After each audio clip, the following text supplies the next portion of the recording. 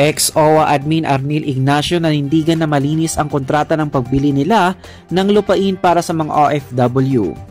Ikinagulat ni dating Overseas Workers Welfare Administration OWA Administrator Arnel Ignacio ang pagsampa sa kanya ng kaso dahil sa pagbili ng ahensya ng 1.4 bilyon na halaga ng lupain. Sinabi nito na noon pang 2018 habang siya ay Deputy Administrator lamang nang lumabas ang nasabing planong pagbili ng lupa. Kasama niya ang ilang opisyal ng OWA sa pagdinig sa Senado ukol sa nasabing usapin.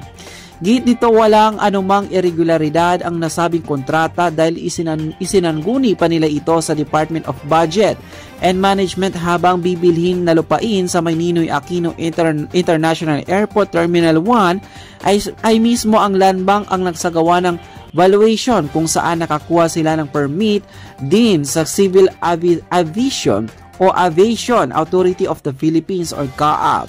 Ang nasabing lupain ay pagtatayuan sana ng mga panandaliang pagpapahingahan ng mga umuuwing overseas Filipino workers.